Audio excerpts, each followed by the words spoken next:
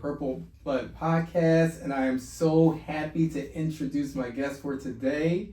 She is a singer, she is an actress, she is a model, and she is known for telling it like it is, saying things out loud that some people just think in their head. Very much known for her catchphrase, "Let's talk about it." And today we are going to talk about it. We are going to have a great conversation about PrEP. So welcome to the show, Rozetta Marie from the Rozetta Rants podcast. Yes, thank you, Stephen. Hey, everybody. So the first thing I want to do is just learn a little bit more about you.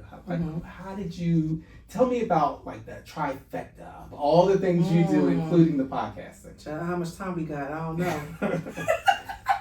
Well, I actually started out as a modern dancer. I'm going to try to make a long story short. And my dad was a jazz musician, so I kind of always was in the entertainment industry. Came from an entertainment family, I guess. And somehow, some way in high school, I started writing songs, and someone said I could sing. So I was like, "Oh, can I?" And so I started singing. And I like to think I can sing too, but child, okay. But so my mom actually you probably can. Right, a little song, yes.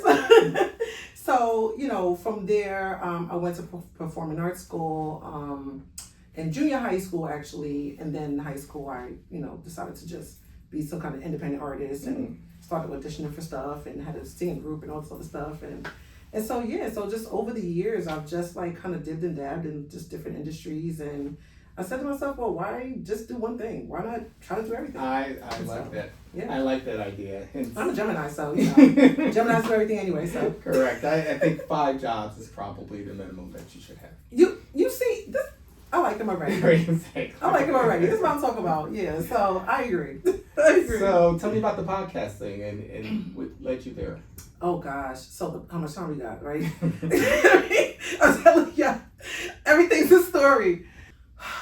Okay, so basically, again, long story short, a friend of mine and I were out to dinner. She was talking about her cheating husband, and we were getting a little late that night. It was a weekend, and so I said, "Hey, let's go out and ask all men how stupid they are." And we started interviewing people on the street, mostly guys. And then, someone saw our little YouTube video, and some friends of ours was like, "Hey, interview me. We want to talk about this." And then it just turned into like this whole blob of everyone wanting to like talk about that one topic that we were discussing.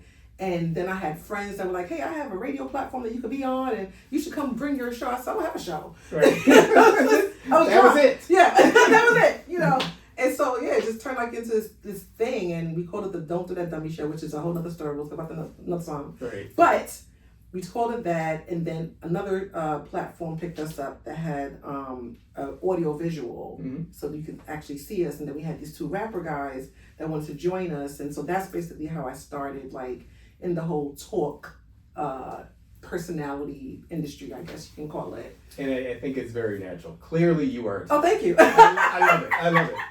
So we're going to talk today about PrEP, and I think we're going to take a different spin on it than I think you'll see in a lot of different places, because we're going to talk about it from the women's perspective. Good, okay. And so PrEP is prophylaxis for exposure to either HIV or other STIs such as chlamydia, gonorrhea, and syphilis. And so we're going to talk about all of those different pieces. So traditionally, it has been marketed to mostly men who have sex with men. But there is actually an indication, we'll start with HIV PrEP, for what we call cisgendered women. And specifically Truvada and Apretude, which Truvada is the pill, Apretude is the injectable that you can get every other month to prevent HIV. And the rates of reduction are really, really good. So, if you look at the studies, if people are taking it properly, their risk of getting HIV, even with high-risk sex, is very, very low.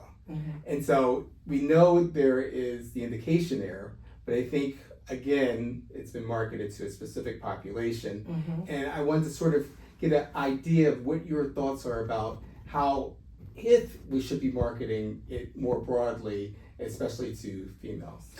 So, first question I have is, when you say cisgender, is that the right term? Correct. Cisgendered women, I just want to make sure I get it correct. Cisgendered women are not women assigned at birth, right? They are. That's Are a great so question. that's me, right? That is you. Okay. So as Okay. opposed to a trans woman. Okay, got it.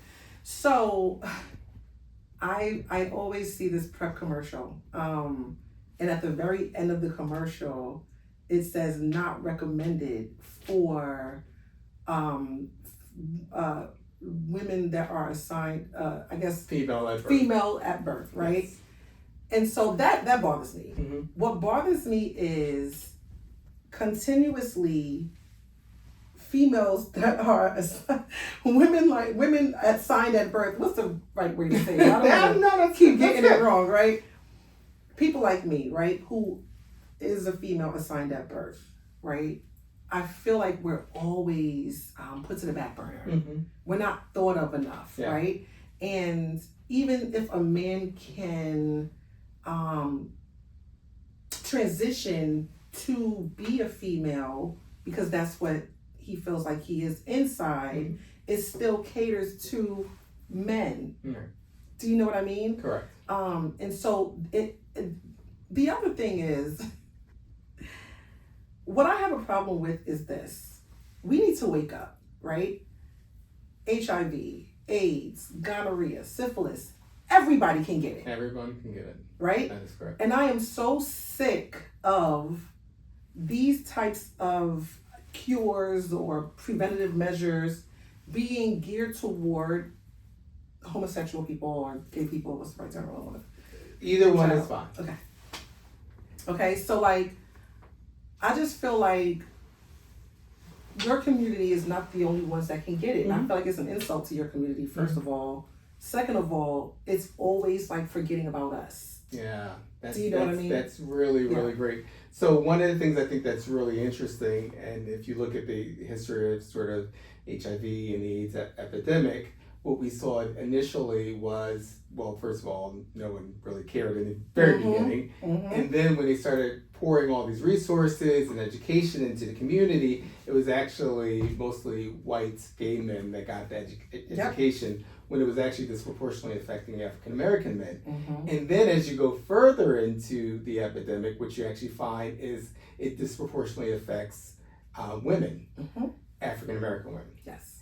And so what I think we sort of had missed in those early studies, and this is really where this comes from. In those early studies, they were really focused on the specific populations, and yes, they did have higher rates, but they weren't looking at these really interesting subpopulations that also were affected. Right. And so that's why you get, you know, it's indicated for men who have sex with men, it's indicated for trans women, because biologically at birth they were assigned as a male. Right.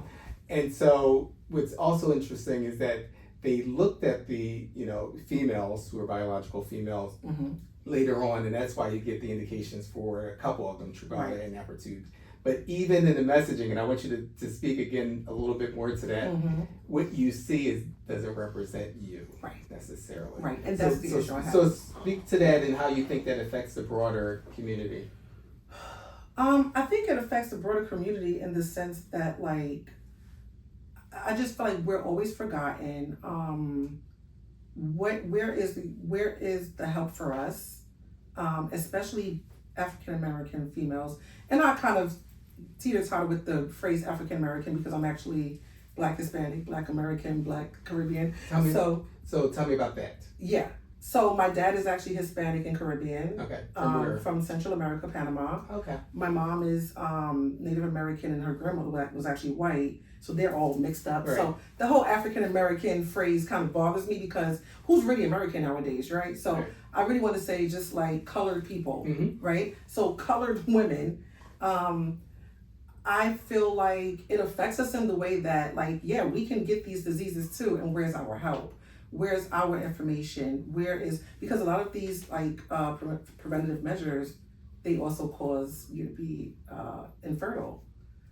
So then, you know, how will we bear children? They don't think about that because, you know,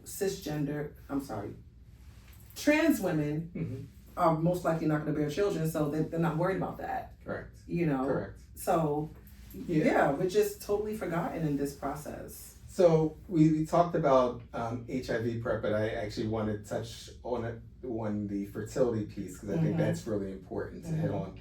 And so what you said, actually, if you contract many of these sexually transmitted infections, especially as a female, then you are going to affect your fertility. It can affect your uterus, it can affect implementation of embryos.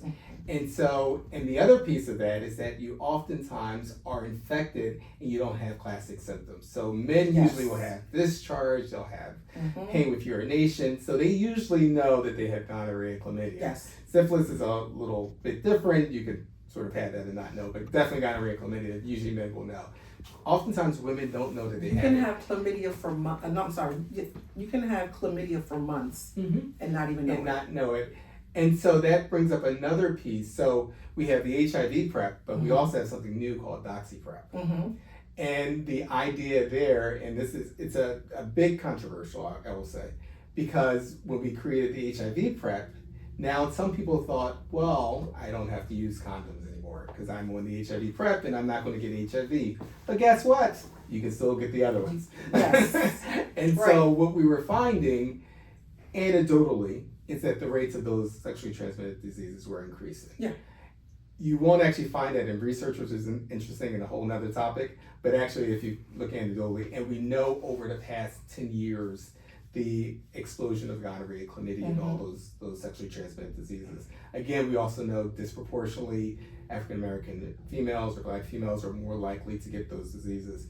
And we're also talking about maternal mortality, infant mortality, and then infertility for women. So speak more broadly again about how you think that would be effective in terms of messaging and being more inclusive in terms of how we market those different options to females. You know, back in the 80s and the 90s, I was born then, even though I was, right? You were a very, very little child, right? Very little child, okay. But seriously, back in the 80s and the 90s, I remember even in school, we actually received information about, AIDS, HIV, and we actually had sex ed. I believe a lot of these educational platforms have been taken out of schools, right?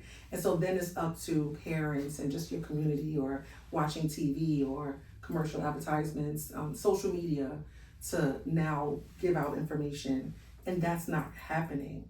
The other thing is, let's talk about algorithms, right? Algorithms, who knows what an algorithm is, right? I do over 40 TikToks, so I always see people over 40, Correct. Right? So where's the algorithm to push out information to ethnic women, right? To ethnic men, or just if it's to, not part of your algorithm, if it's it doesn't not part of your pop up algorithm. Yeah. So that's the conversation there, right? How are we going to market to just a broader population, and not just the population that are non-ethnic or the population that are non-biological females, right? How are we going to market that? Because we're not getting that information, and the little bit of information we are getting, it says at the very end of the commercial, not recommended for you though. Right. So do you think that also causes a broader disservice, not just for those medications, but women thinking I'm not at risk either for HIV or any of these other sexually transmitted diseases? I don't think it causes any of us to think that we're not at risk. I think that it actually, for me anyway, and my surrounding, my circle, we talk about things like this sometimes, and it's like, well, now we got to protect ourselves even more, right? Because we don't know what's out there. So it makes you more aware. It makes us more cautious. Yeah. Aware and cautious, right? Like, honestly, I've been abstaining for a long time because I'm kind of getting a little nervous about what's out there in the world now, So like, it definitely causes us to kind of like operate differently, even in relationships, and especially women of like over 35, I would say, So yeah, I don't think it. Why do you say especially over 35? Because I think that under 35 or under 30, they're a little bit more free. They think that they're more woke, and so they just kind of go about life differently. they're more carefree, they're more wild and crazy, some of them. I think after a certain age group, you start to kind of like think a little bit more like, wait a minute, these things are still out there, even though we don't hear about them, right? They're still out there. And so even though I'm not hearing about it, I do need to kind of think a little bit more, be more cautious, and understand that like even just using condoms, even, it's just not the only way. You can still get herpes, Right. you can still get crabs, right? I'm glad you know that. That's very Man, good, actually. there are all these Many things people out don't there. know that. Yeah, people forget about all of the stuff that is out there that you can still contract because it's not being fed into our minds. Right. It's very interesting too when you talk about the younger generation. Sexual practices have actually changed, and has actually changed people's risks. So one of the things, and you like to, what people are thinking, but we're going to say it out loud, right? And this is a medical podcast. So one of the things that has become more prevalent is oral sex. And so actually what's happening is that a lot of things that were just vaginally interchanged or even anally interchanged is now becoming an oral disease. And so we're getting a lot of chlamydia, gonorrhea, and sort of the upper oral cavities, and that's causing issues. Right. And the other one that we haven't talked about because it's not really part of PrEP, but I'll mention is HPV, which is huge. We think of it as very common, causing cervical cancer, genital warts. It also causes head and neck cancer, which is really something that we really have discovered in the past decade or so, but it's increasing dramatically. So as we're thinking through, staying safe, teaching, messaging, we have to make sure we're doing that. Absolutely. So if there was something you could do, you had a magic wand, and both in terms of sort of the prophylaxis or the options that were available for women and sort of the messaging that's out there with the current options, what would you change or what would you do? I'll start with messaging. I definitely would put out more information on social media. Social media is the hugest platform right now, where pretty much everyone is using, right? So that will be the start. Put the information out on social media in every algorithm. Don't even attach it to any specific group of people or any specific hashtag, right? Just put it out there for everyone to see. It should just be a general ad that just pops up. The other thing is, create the medication in such a way, even if they can create another version of the medication that is better for biological women, right? There can be multiple versions of it that can be good for everyone, and just kind of like hit different, groups of people. Right.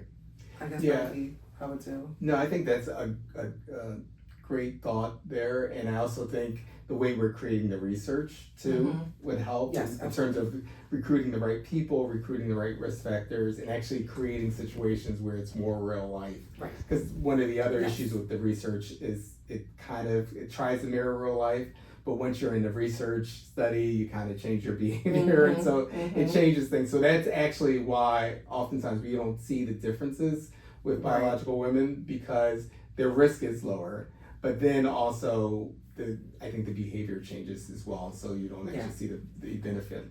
So this was really, really great. Yeah, I really love this. This is a great perspective. I think it's something that I hope lots of people listen to and hear and understand, because I think, again, we're missing a huge segment of people who could really benefit from this.